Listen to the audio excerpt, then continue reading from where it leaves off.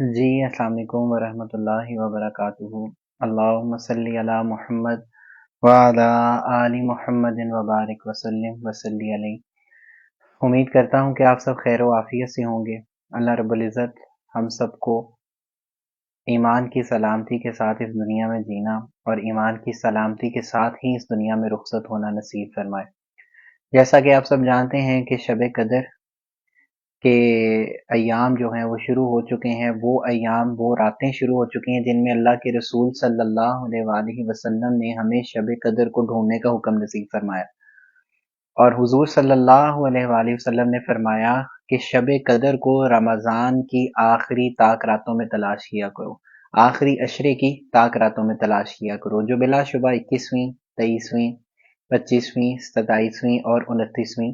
رات بنتی ہے۔ رسول اللہ صلی اللہ علیہ وسلم نے فرمایا وہ شخص جو ایمان کے ساتھ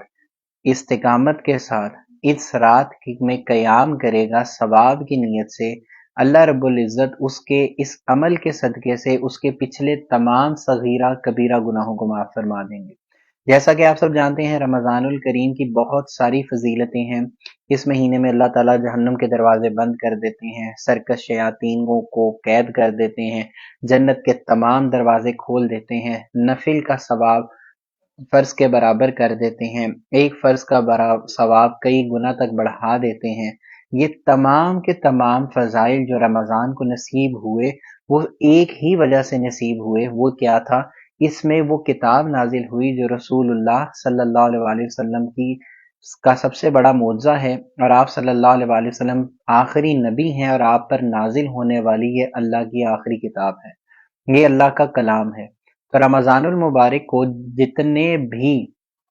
فیوزات اور برکات ملے وہ سب کے سب کیوں ملے؟ وہ سب کے سب اسی لیے ملے کیونکہ اس میں قرآن آیا، اور ان راتوں کو جو بھی فضیلت بخشی اللہ نے وہ فرمایا انا انزلناہ فی لیلۃ القدر لیلۃ القدر خیر من الف شہر، یہ ایک رات بہت ہزار سالوں سے بہتر ہے۔ اور آپ اللہ رب العزت نے فرمایا کہ تم کیا سمجھتے ہو شب قدر کیا ہے؟ اس رات میں فرشتے نازل ہوتے ہیں۔ تو یہ وہ رات ہے، یہ وہ ایام ہے، یہ وہ آخری عشرہ ہے جس میں ہمیں اپنے رب کو منانے کی پوری کوشش کرنی ہے۔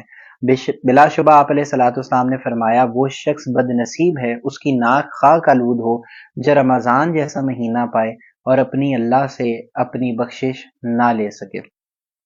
بہت سارے لوگوں نے مجھ سے یہ سوال کیا تھا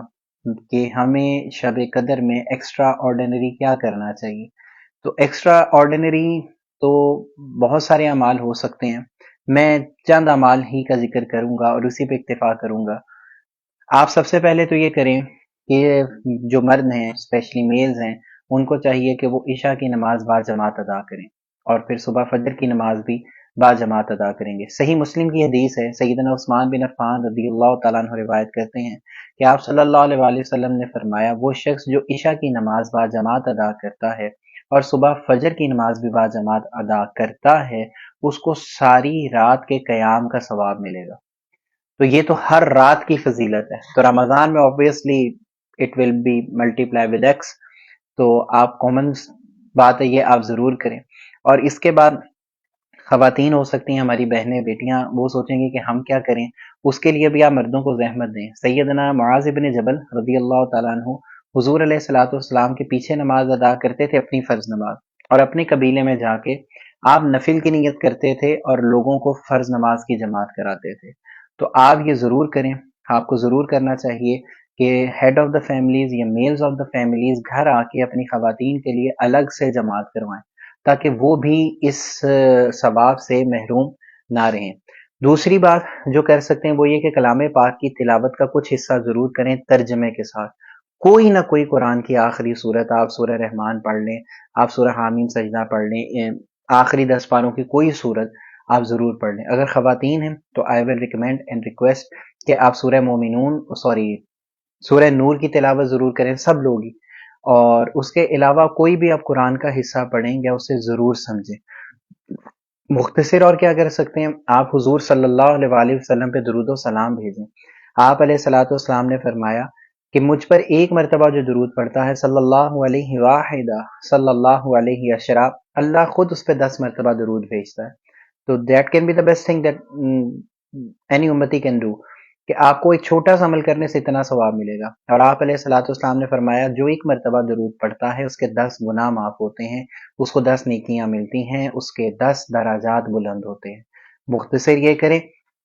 کہ فیملی ممبر سے بیٹھ جائیں۔ ایک اور حدیث میں آپ سے شیئر کر دوں، رسول اللہ صلی اللہ علیہ وسلم نے فرمایا کہ جب بھی کچھ لوگ اکٹھے اللہ کے ذکر کے لیے بیٹھتے ہیں تو اللہ کی رحمت انہیں اپنی آغوش میں لے لیتی ہے، اور فرشتے ان کی محفل کو جوائن کرتے ہیں، اور جہاں آپ صلی اللہ علیہ وسلم نے فرمایا جیسے تم اللہ کا ذکر کرتے ہو وہ بھی اللہ کا ذکر کرتے ہیں، جیسے تم مجھ پر درود بھیجتے ہو وہ بھی مجھ پر درود بھیجتے ہیں۔ اور آپ صلی اللہ علیہ وآلہ وسلم نے فرمایا